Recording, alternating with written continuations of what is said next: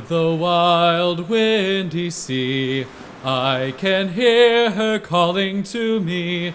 So let's heave away, haul away, and fill our eyes with the shore. Calls to friends, sail and light, and a tale to brighten the night. So heave away, haul away, and heed the siren song.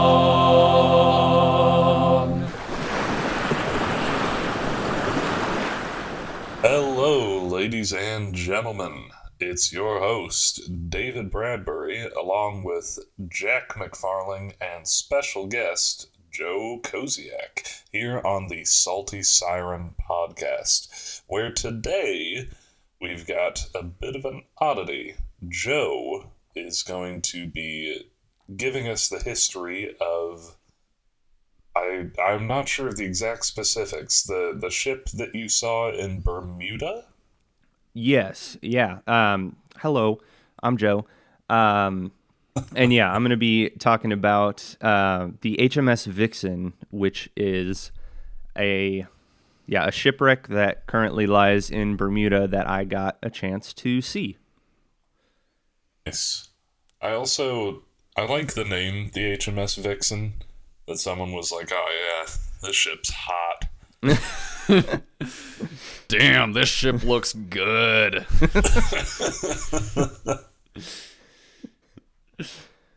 Yes. All right. As a reminder, dear listener, Joe is the man who mixed and mastered the intro that you just heard and the outro that you'll hear at the end of the podcast. Yes, indeed. He's one of me and David's best friends. I was his best man. He's a cool guy. Why, thank you. Very much so. David was also a groomsman of mine as well, so these my boys. Yes, sir. All right, let's get into things. What can we learn about this incredibly sexually attractive ship? You're going to learn how not attractive she turned out to be. Oh no. Yeah. Oh no. Yes, but at any point, please interrupt me with questions or additional kind of information. What fucking word am I looking for? Additional context for things in the nautical world at large as I go on. For sure. Yes. So, yeah, listeners, in early October, my wife and I went on our honeymoon, which was a cruise to Bermuda. We were docked in Bermuda for about a day and a half, and we got to do a decent bit of exploring in that time, some of which was kind of accidental, which I can tell more about later if we need to fill time. But in any case, we plan on going back someday on just a dedicated trip to Bermuda because it is such a cool place to visit and want to get to just spend more time there and dive deeper. And depending on how long today's actual subject goes, again, if there's more time to fill at the end, I can tell more about just Bermuda in general and the things we learned there. But anyways, a couple of introductory things. Bermuda is a British territory, which I actually didn't really realize before. It has a very rich... It still is? Yeah, it still is. Interesting. Okay, I didn't know that. Yeah. Yeah, British territory with a very rich naval military history and nautical history in general, especially considering that it, of course, is one tip of the Bermuda Triangle. So while we were docked there, again, we got to explore a little bit and go on a couple of excursions, one of which was a glass bottom boat tour of this shipwreck in the Bermuda Triangle. And I'll talk more about that tour itself a little bit later. But it was really fascinating. And of course, I just wanted to share as much as I could with you two that I've learned about it. And as the title of the episode that you've read suggests, shipwreck of the HMS Vixen. So the HMS Vixen was an armored gunboat of the British Royal Navy in the mid to late 19th century. She was innovative, she was experimental, and she kind of sucked. As experimental things tend to. Yeah. Basically, she just failed at everything she ever set out to do, and is therefore a little bit of a meme in Bermudian history.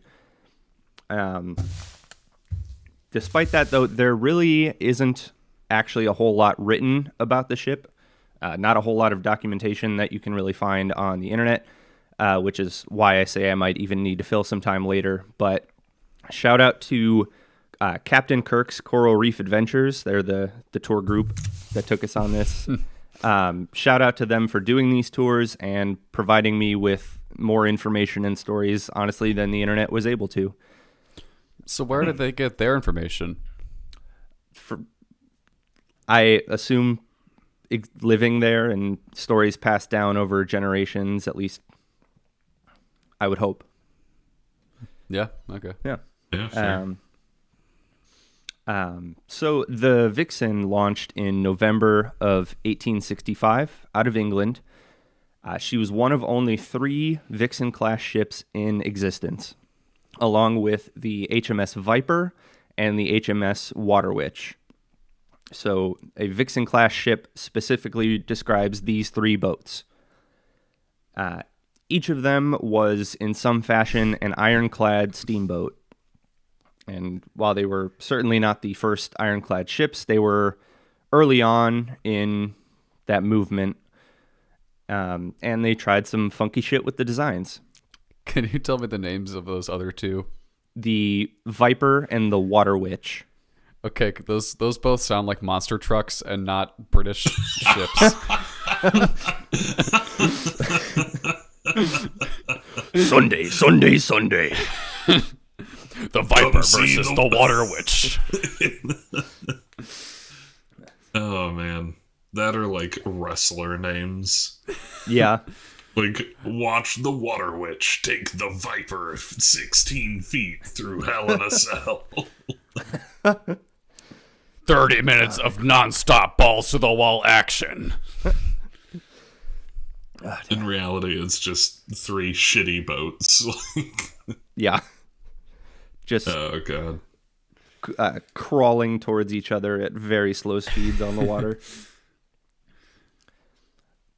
You're going to die to a Zamboni in 5 minutes. Oh, what the hell.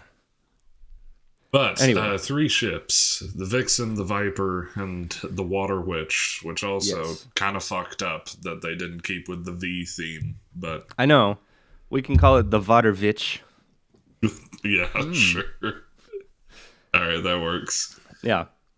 Also, the Vixen was actually the first twin propeller ship to ever enter the Royal Navy, which is kind of neat. Huh. Yeah. And then, so something that you guys can probably help me or help inform me on before I get too much further. So they're called gunboats, but only actually had 2 guns per side. Is that like typical of like a boat that would be classified as a gunboat?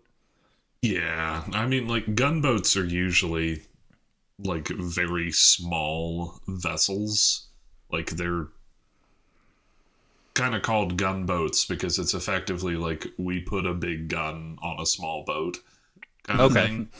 So they're usually really tiny, and like even though they call it like a gunboat, their armaments are relatively small. Well, I mean, at least small compared to like a full-sized warship. Yeah. I was going to say, because when I picture warships, I'm imagining, like 6+ cannons per side. Yeah, well, I mean, if we're talking like late 1800s, it was like upwards of 50. Oh, shit.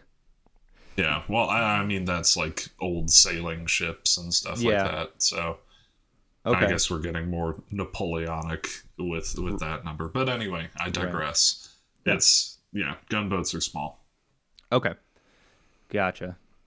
Yes. And then, so ironclad ships, to my understanding, generally refers to like a wooden hull with iron plating on the outside rather than like a fully iron construction, right?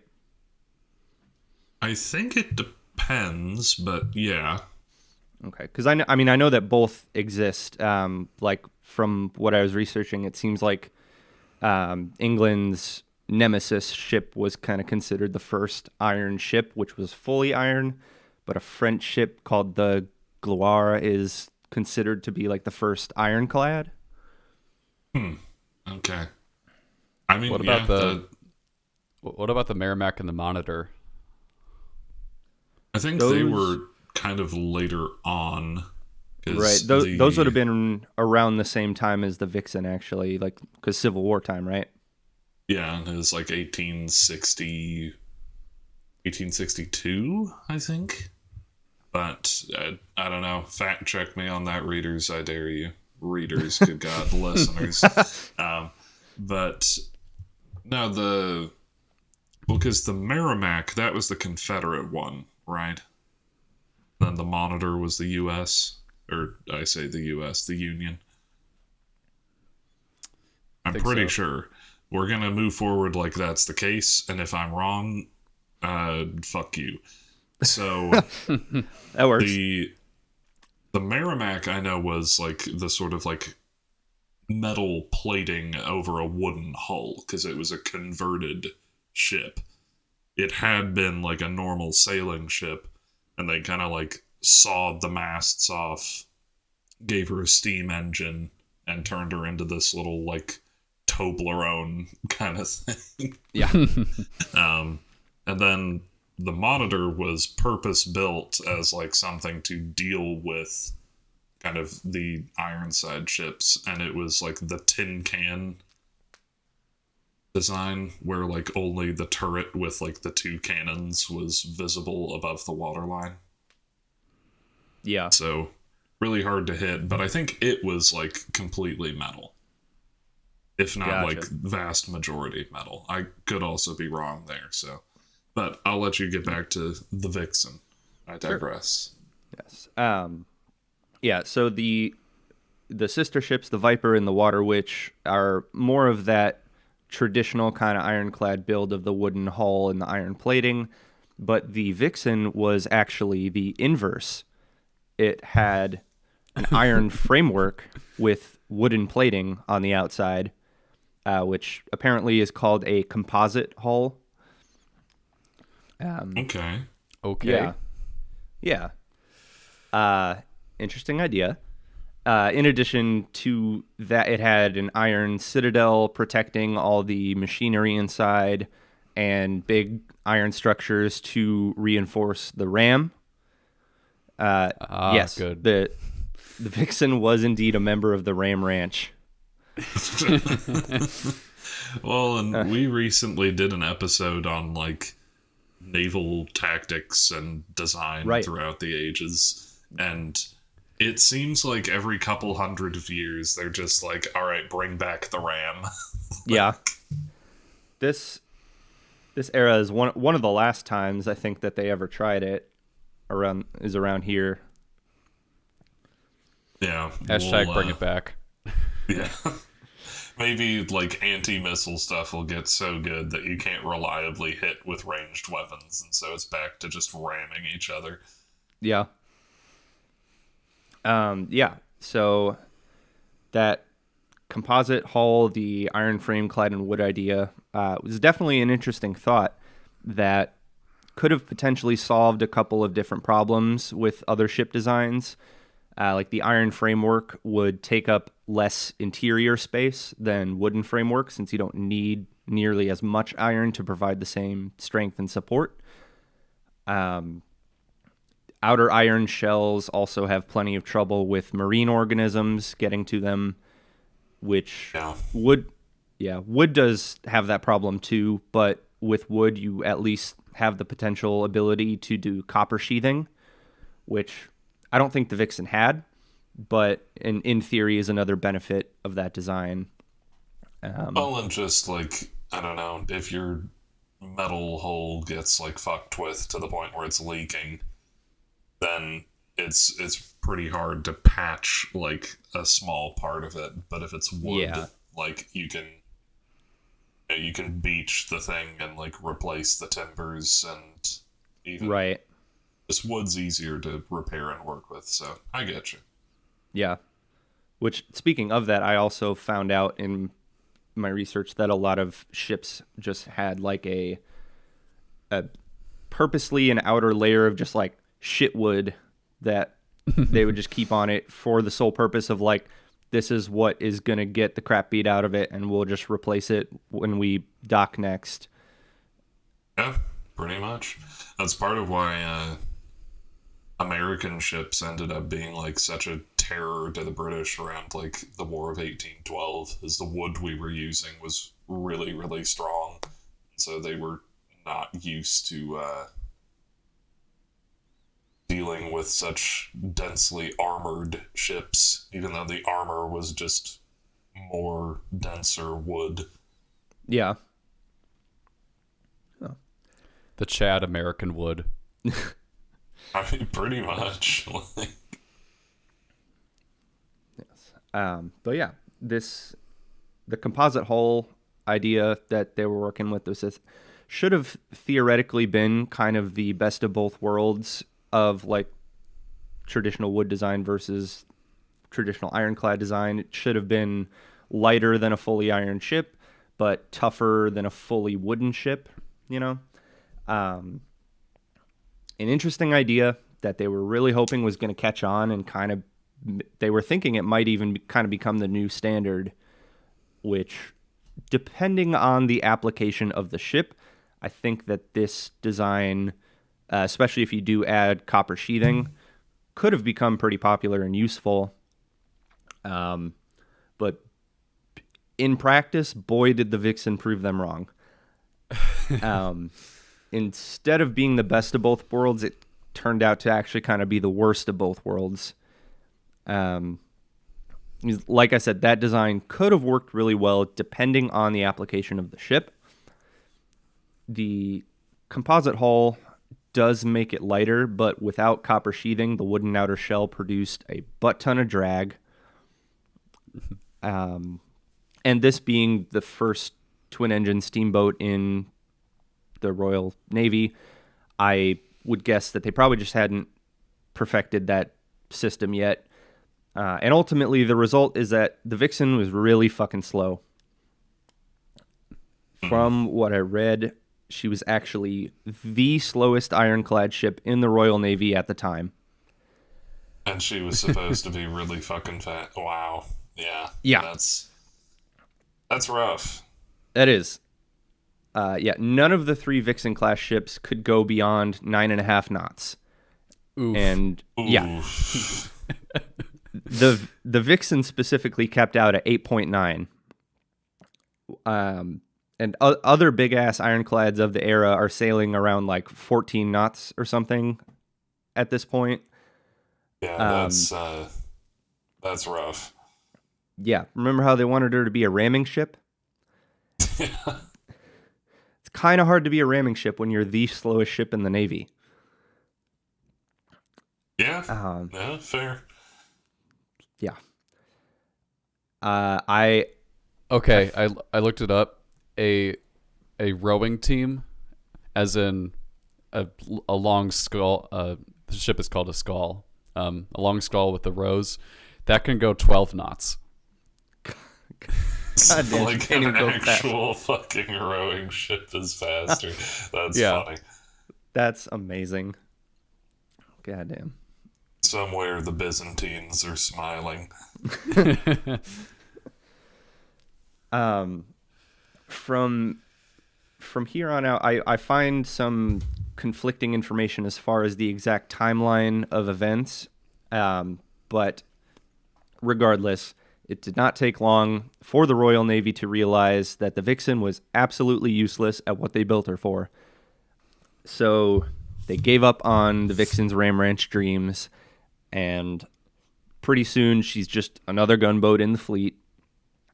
And at some point in her career, she got the shit beat out of her by another ship while just like casually sailing along one day, and was not able to effectively defend herself.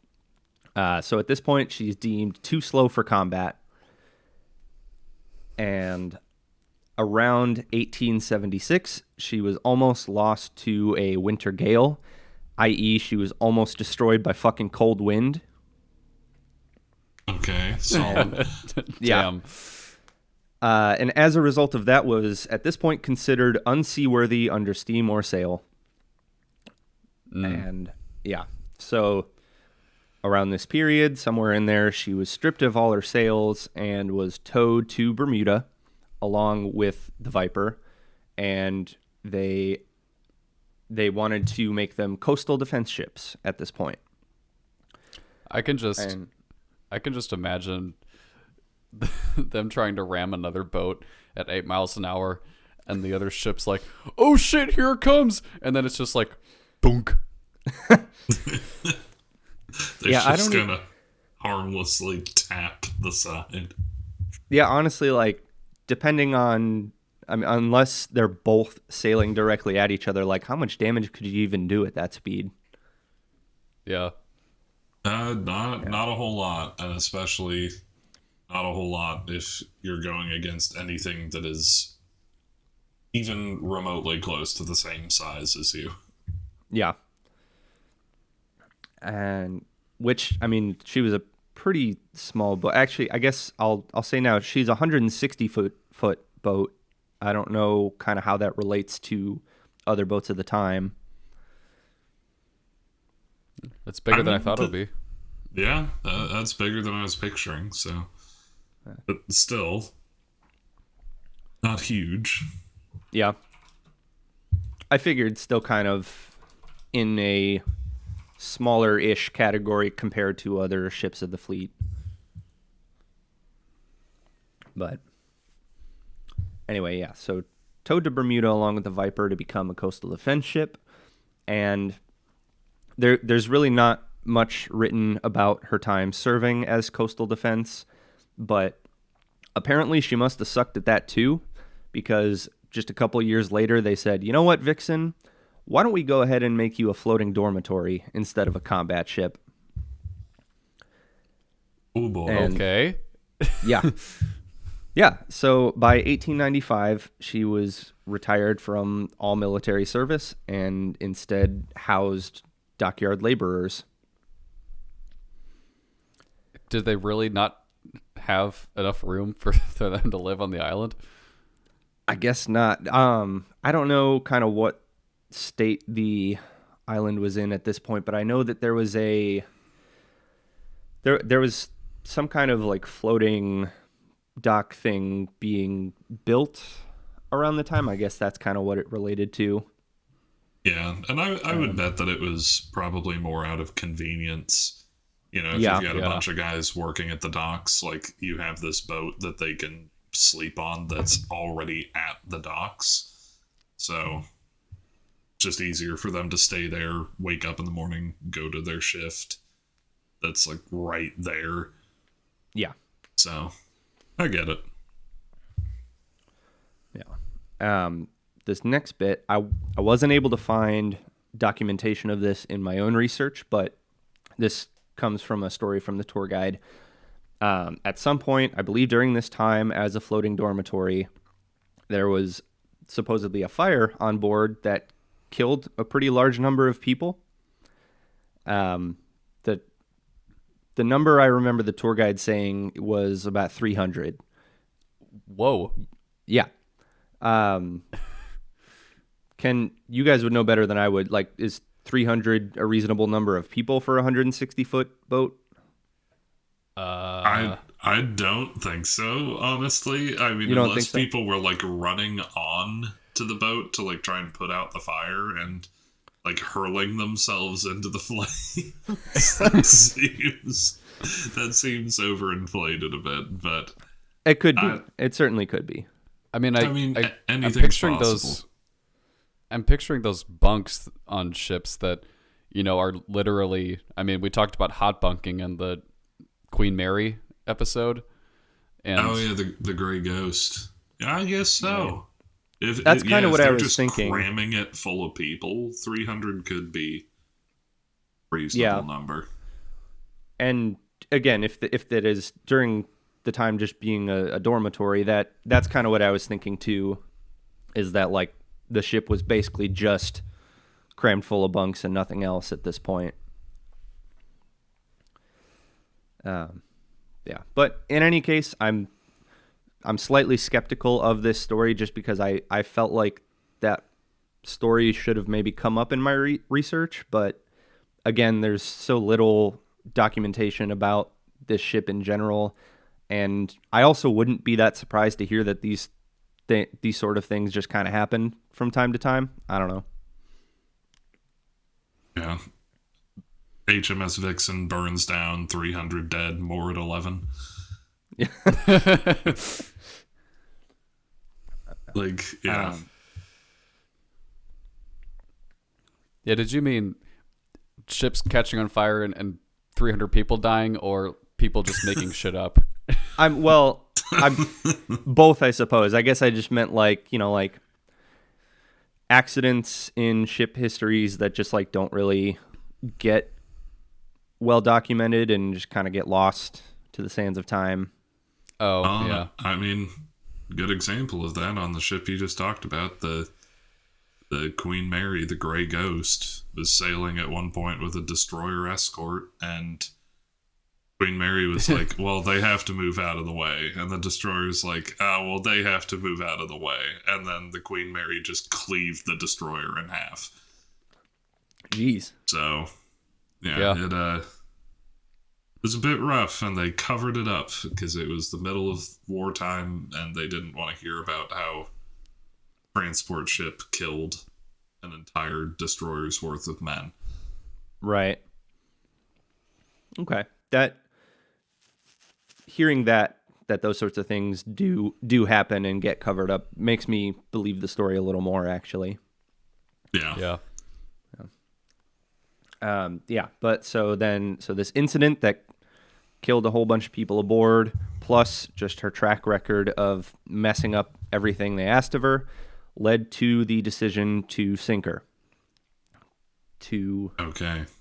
Yeah. To paraphrase The Witcher, sometimes the best thing a boat can do for us is sink. All and right. That is, yeah. Sorry, we've been watching The Witcher lately. Fair. Yes. But no, I mean that's reasonable. Like you scuttle it, and Yeah. I'm guessing they were trying to like scuttle it and then like maybe haul it back up for materials. They had a different goal in mind that I'm about to get to. That's a good segue into her final blunder. But before I get into that, another thing about Bermuda itself, most of the surrounding water is extremely shallow, with coral reefs getting very close to the surface of the water. Our cruise ship, actually, to get into port, a pilot boat from Bermuda had to lead us and help us navigate through the alarmingly narrow and shallow channels. And there are currently less than 10 people in the world certified to drive those pilot boats. Jeez. So, yeah. So Bermuda is obviously already a pretty difficult place to get in and out of. Especially if you're some kind of enemy ship that is unfamiliar with the territory. I hope those 10 people get a nice holiday bonus. I sure hope so. Yeah, honestly, that'd be a pretty fucking cool job to have. But, so they thought that they would use the Vixen to add on to this difficulty and ultimately send as many enemy ships to their death as possible. So the idea was they wanted to block off one of the sailable channels by scuttling the ship and having her pieces rest just on top of the coral reefs, but just below the surface of the water, so that enemy ships would ideally not see her as they're coming and run into her and wreck. Okay.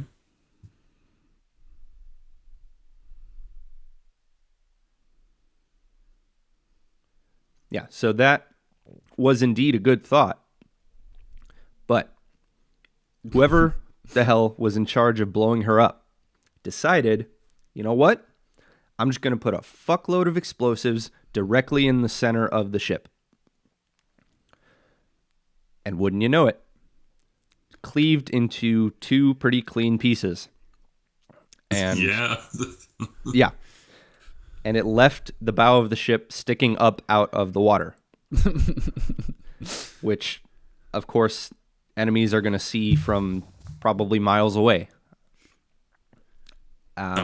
I like that. Just some dude being like, well, not my fucking job, and putting all the explosives at the center.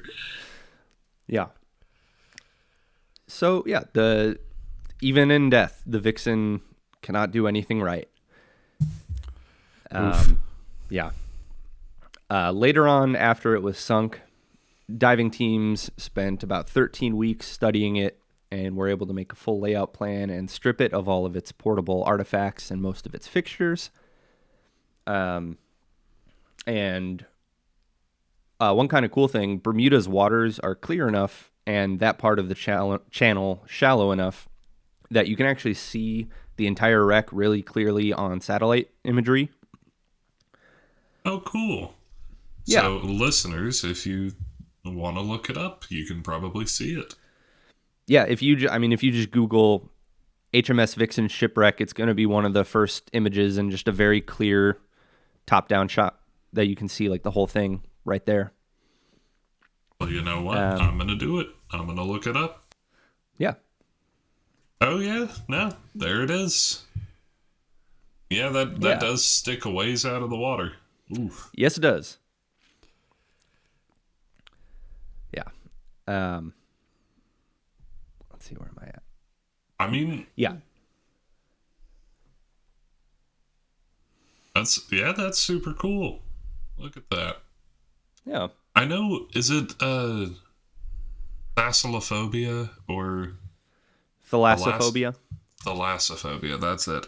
There's a whole category of sub-fears there, many of which I have. So just looking at like shipwrecks and things like that, for our listeners, that phobia, whichever correct pronunciation it is what is it, like a fear of underwater or just water in general? So thalassophobia is more so just like kind of the underwater-ness, like the vast void of underwater space is more so what thalassophobia is. And then there's submechanophobia, which would more classify this, which is like man-made structures underwater. So like shipwrecks and things like that would fall into that. So how do you feel about, like, I don't know what we call it. Do you have a fear of like abandoned buildings or? I do. No, not buildings. Submechanophobia maybe a little bit more. So like it's kind of silly and dumb because like if I'm looking at like a big abandoned building, no problem. But if I see that same image, but it's just like underwater, it's just like more unsettling for some reason. Yeah. And then there's like megalohydrophobia, which is like large underwater creatures. Yeah, dude, fuck being in the water with a whale. Are you kidding me? I know. Exactly. Like, literally, just, they're so fucking big, dude. If they they wanted to just like yeet your ass 60 feet into the air, they could. Like, there's nothing. I mean, like, I would be freaked out being around an elephant because I'm like, yeah, if this thing gets pissed, it literally just has to like slightly move and I'm dead. That's true. I was watching a nature documentary and this diver was following a blue whale trying to get footage, and the whale's tail just barely clipped the diver, and he described it as getting hit by like a baseball bat. You just see in the footage he just completely eats shit and almost passes out. I believe it. Yeah, so the ultimate trifecta is a underwater abandoned building inhabited by whales. Basically. Yeah. Um, yeah, when it's there's also an element of like just the water depth to it. Like that shipwreck being so close to the surface doesn't really bother me at all. But like shipwrecks that are much further down, like when you see imagery of like the Titanic shipwreck, that's more unsettling to me. Yeah, that's a little creepy. Yeah. I was like obsessed with the Titanic as a kid. That was like my child fixation. Yeah. Was just like the Titanic. Like, I don't know. It was just so cool to me. And like seeing it in the two pieces on the ocean floor, just like that's so fucking rad. I want to go see that. And but now it would be pretty terrifying. Cuz are there still bodies on it? I assume there have to be. Not There everyone made it out. right.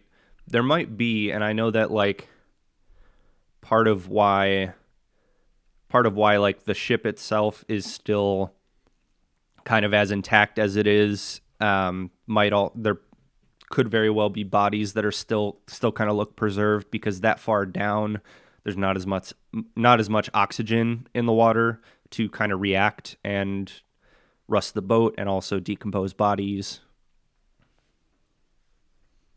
Crazy stuff. Yeah. But we've gotten off topic. The Vixen, now Yeah. sunk, nose Now poking sunk. out of the water, being Yeah. useless as usual. Indeed. And so I have to imagine that surely if they really wanted to, they could have figured out a way to move the bitch. But I think at this point they just kind of said, you know what, screw it. I guess the channel's still blocked at least. Yeah. Because, yeah, as you saw, still sits in that same spot to this day, bow still sticking out. And so thanks to this Glass Bottom Boat Tour, I got to hear these stories and see the wreck. The night that we went on it, it was around 9 p.m. and we sailed into the Bermuda Triangle. And the bottom of the boat, glass again, and then had just powerful lights to illuminate the wreck. I only got like one kind of blurry picture of it just because the boat was in motion, so it was hard to get like a nice photo of it. But it was pretty neat because when you're sailing right over it, you will occasionally just see like a perfectly rectangular hole down into darkness, but otherwise wouldn't really be able to tell what you're looking at. And the reason for that is because the story of the Vixen actually does have a happy ending. So I'm not sure when in history this was discovered, but when iron rusts underwater, the calcium that it creates is excellent at promoting very rapid growth of coral, which listeners, I hope you're at least somewhat aware is a very, very good thing. Yeah. No, shipwrecks are like huge for biodiversity and all of that stuff. Yeah. I also found out oxygen produced by coral in the ocean provides more than half of the breathable oxygen on Earth. And also absorbs about a third of all of our carbon dioxide. So treat them well, people. Yeah. Yeah. Wonder how Yeah. much of that is like just Australia with like the Great Barrier Reef. The Oh, whole reason it took us like fucking eons to ever like get to Australia. yeah. Probably a lot. Less so now, unfortunately, as it has been kind of dying, but probably a lot. Yeah. But the entire wreck of the Vixen below the surface is just completely covered in coral at this point. So when you're sailing over it, you think you're just looking at another coral reef, aside from the ship bow sticking up right next to you. Yeah. fair enough. Yeah. I mean, I guess it has been since the 1870 or something like that. So it's been down there a long time. Yeah. Fucking 150 years. Not quite 150. Close enough, It was though. 1890, so like 130. Oh, okay. Yeah. Yeah, 1895 or 1896 is when they actually sunk it. Yeah, Well, they Which blew it in also half. makes sense, because when was when they just I just love the image of them being like, yeah, here, Ensign, come here. Here's all of the dynamite we could find. Just go wild. Yeah. But what were you asking? When was what? Well, I'm trying to think, because it really was not that far after that we started to see like the first battleships. It's really like the big one was HMS Dreadnought, which is coincidentally why Dreadnought is kind of like associated as sort of like a type of ship. It's because HMS Dreadnought was such a big fucking deal when it was put to sea. Okay, yeah, 1906. So like a decade later, and you had the first battleship. The first like quote unquote modern battleship. Right. Whoever came up with the name Dreadnought, he must have had a pretty good day after he did. Yeah, it's Dreadnought is just, it's an awesome word. It's fun to say, like, and just fear nothing. Yeah. Dreadnought. Yeah. Is, it's so good. But very good. You know, the Dreadnought, HMS Dreadnought, wouldn't have been possible without the missteps along the way, which it sounds like the HMS Vixen was one of. So. Very much so. A ship conquered by a chilly breeze. Oh shit, it's cold out. Ah! I fucking love that. Yeah. And I wonder, like, how did a winter gale, I guess they're saying like a storm, maybe? Yeah. Okay. So presumably really fucking strong winds and, you know, whatever else came along with it, but that's all it was described as, was a winter gale. So I'm like, all right, wind fucked it. Yeah. Well, and I mean, like, I know that, like, winter storms were a fucking nightmare, because she still had sails, right? She was at this point, yeah.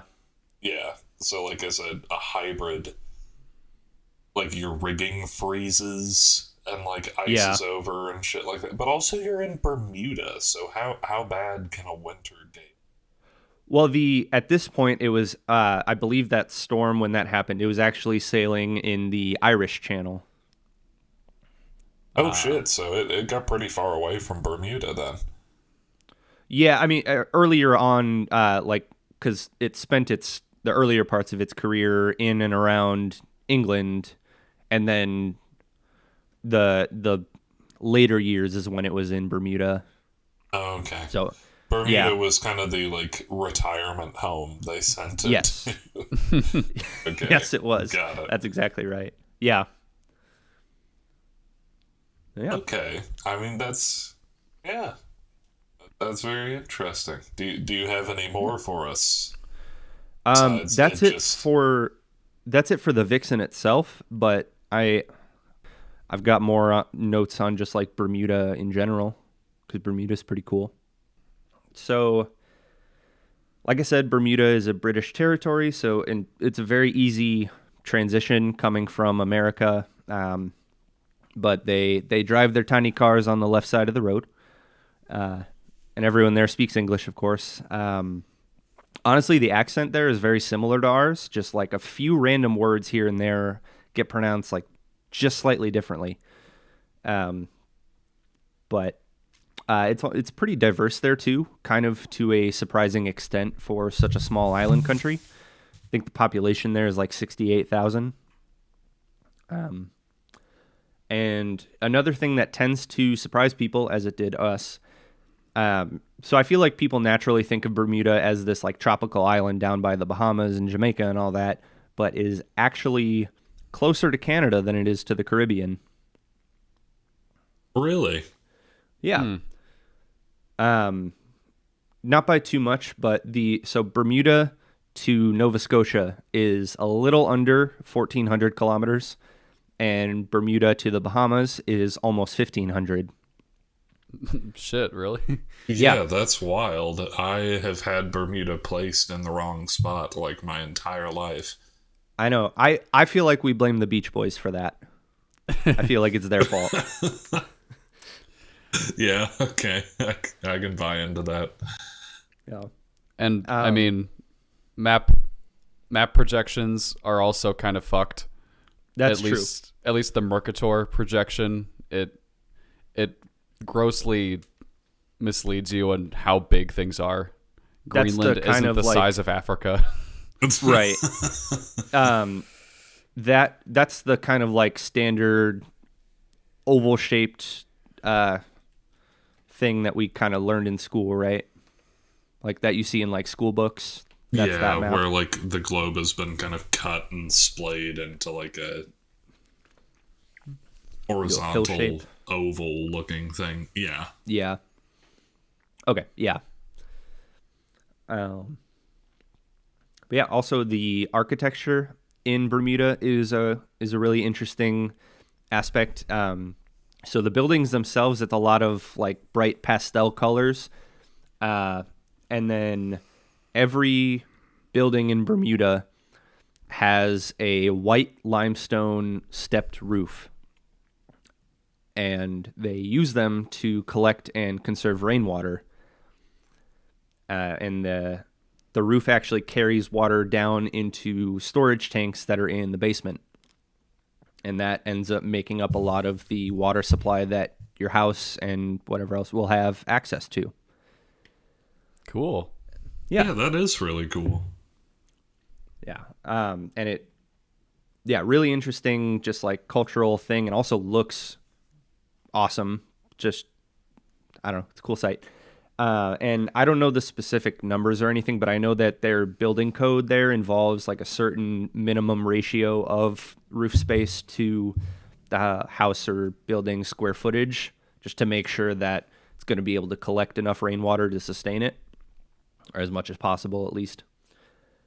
Yeah, even with that system in place though, people frequently just have to pay a bunch of money to get water from a truck every now and then.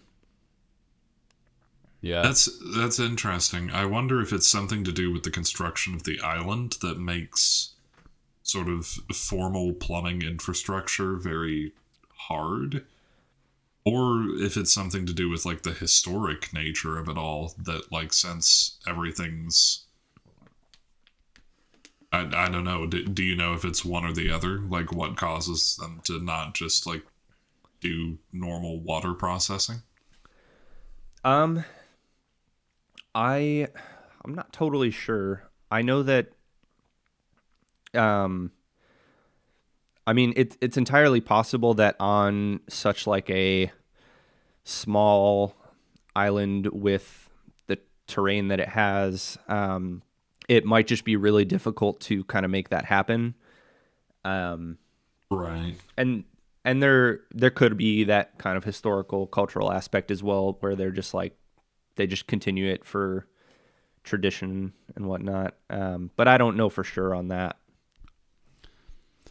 Yeah, on an island so small that the economics might just not make sense. Yeah. Yeah, that's fair. Yeah. Not very many places that you could get, say, a water treatment plant and whatnot to really fit. But, No, I hadn't even considered that, but yeah, if it's really small square mileage, it is, and it's such like a thin island too. And the whole thing is kind of fishhook shaped. And it's, just like a really thin strip of land. Makes for really interesting driving because it's very like twisty and turny and like surprisingly hilly all over the place. Yeah.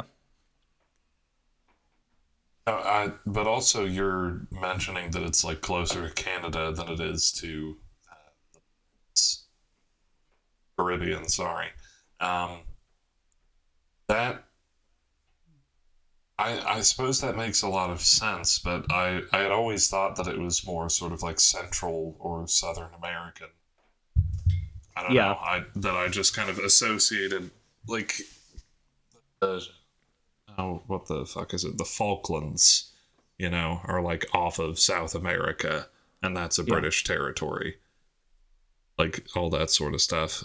So I don't know. I've just that's like been the biggest revelation for me. Is that Bermuda's not where I thought it was.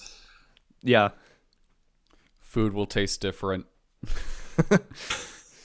Your whole life will change. Oh yeah. Another cool kind of on theme for the podcast thing that we got to see.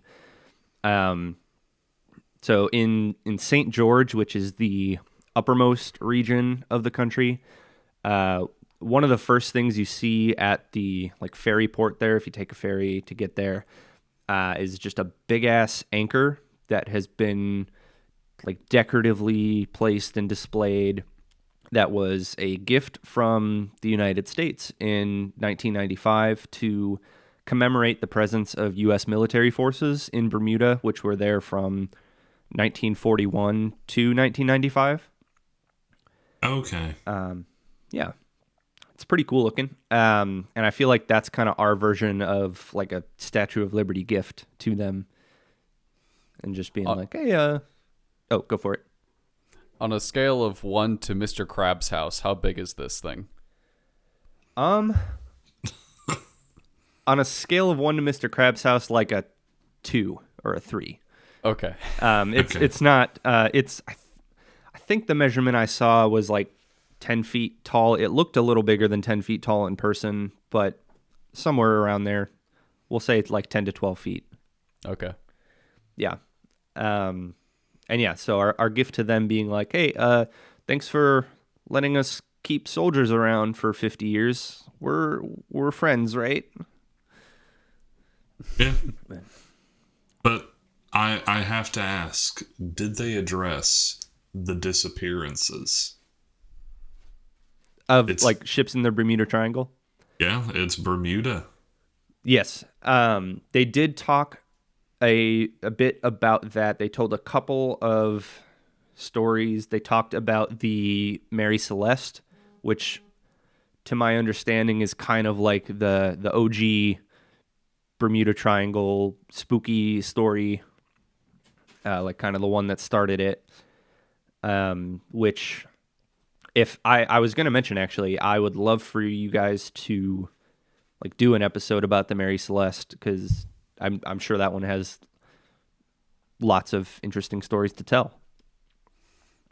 Oh yeah, I was thinking we might do an episode just on Bermuda Triangle legends and conspiracy theories.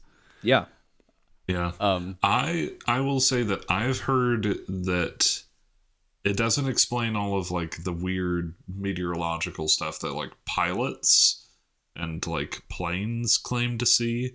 But I have heard that it's a hotbed of like volcanic activity along the ocean in that area.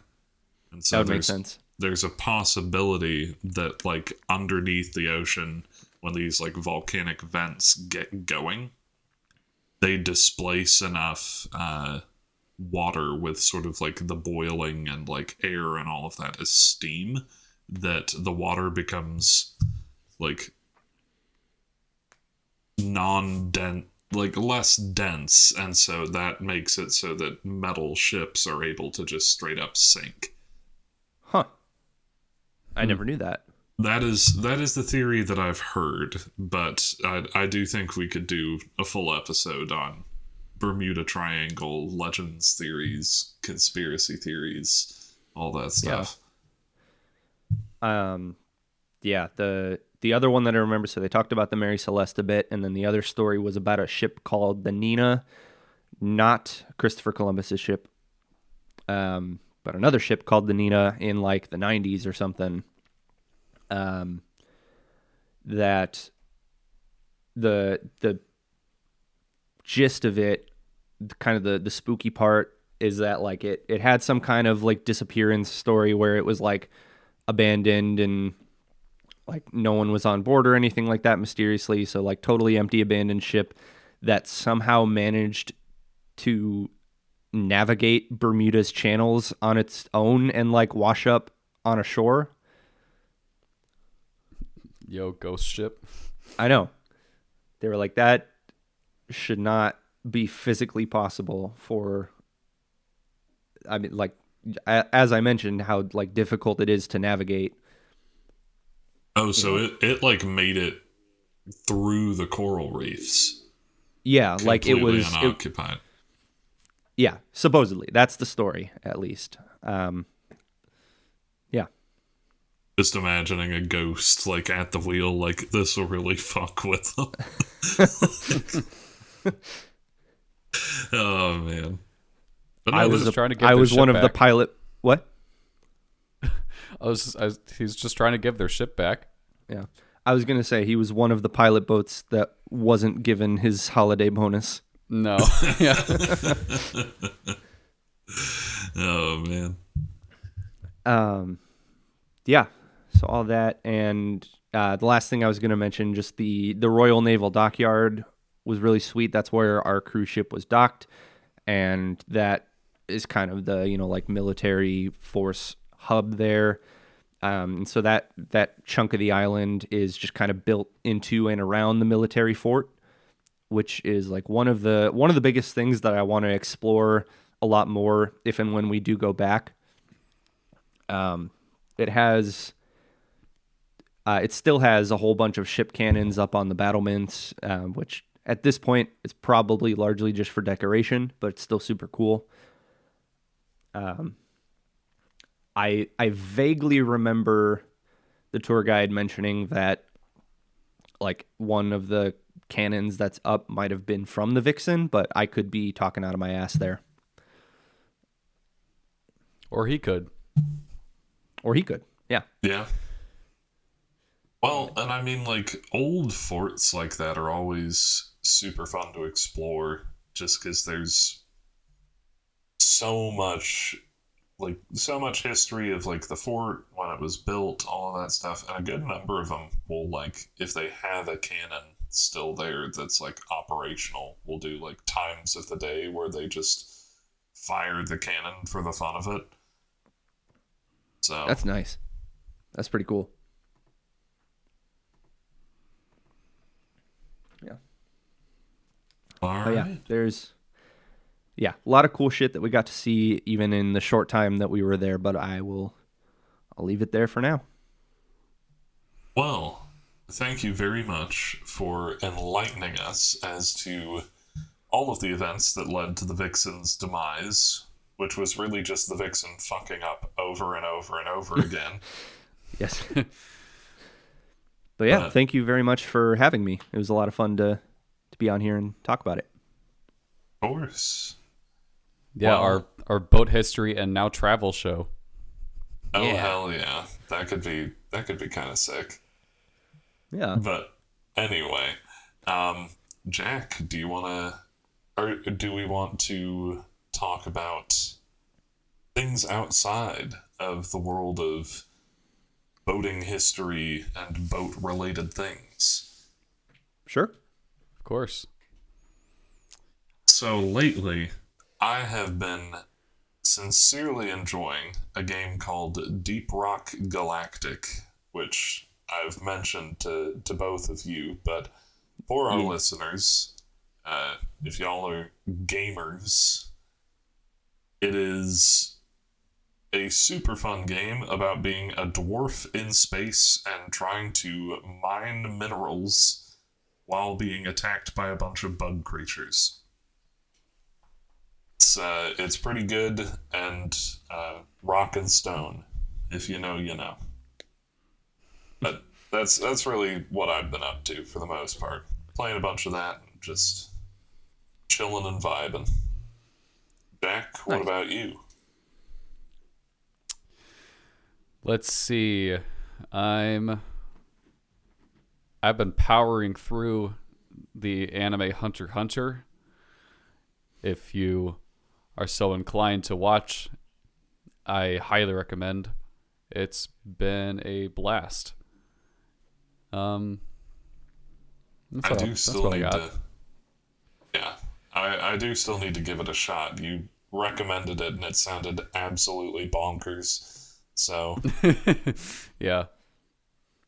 Yeah, this dude, there's one character in the show, and if you watch JoJo's Bizarre Adventure, their powers basically become stands, but this one dude's power is he can make music by moving around his body, and it's pretty strange, but during the episode, the main theme from Jupiter by Gustav Holst was playing, whilst this guy literally dropped Jupiter on someone else to kill him.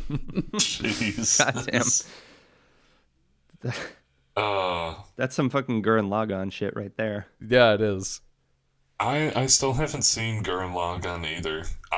You haven't? No, I've gotten through the Oh my first God. like 3 episodes or so, but I just got kind of, I don't know, distracted or something, so I didn't finish it. Yeah.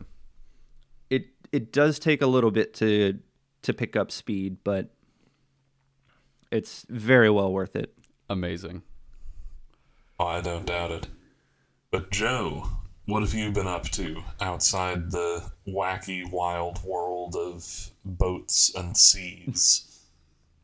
Not too much at the moment. I mean, we just took in our new kitty Lily recently. That's been a big focus for us of just like getting her and Rosie used to each other. But she's been a lot of fun to hang out with. She's adorable. And other than that, I've been playing the shit out of the Tony Hawk remaster. Nice. Yeah, Doing some sick ollies. hell yeah. It's a lot of fun. Especially if I don't know if either of you like grew up playing any Tony Hawk games, but for me, just a lot of nostalgia. And after I just because of the fucking bot that we got sent the other day in our Discord chat, I fell down a YouTube rabbit hole, and I'm probably about to watch the world record speed run of Paper Mario 1,000 Year Door either like right after this or later today or something. It sucks you in, dude. It really does. Yeah, speedrunning's always so fucking crazy because you're kind of like, yeah, I want to relive this game from my childhood in about 20 minutes. Yeah, exactly. But also, what a bomb of a game, Paper Mario and the 1,000 Year Door. I fucking love that game. It still remains one of my favorite games of all time, like top 5 games of all time for me. It's just so good. It's so good. It's so good. I remember fighting the final boss and getting my ass kicked because I had the boots equipped that like let you.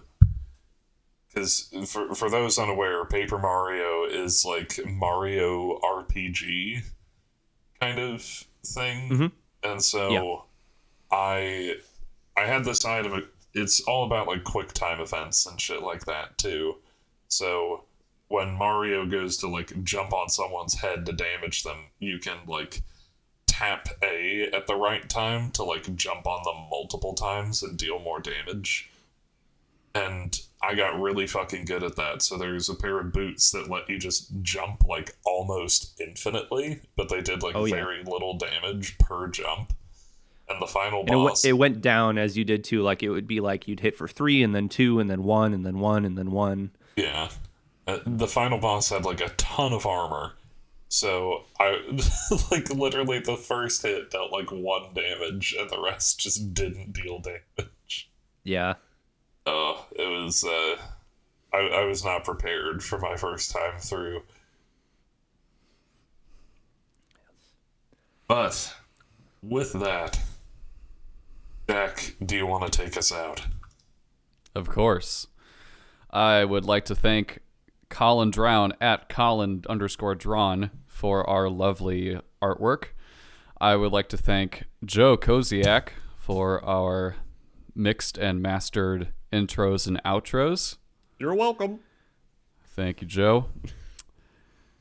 It's been an absolute pleasure.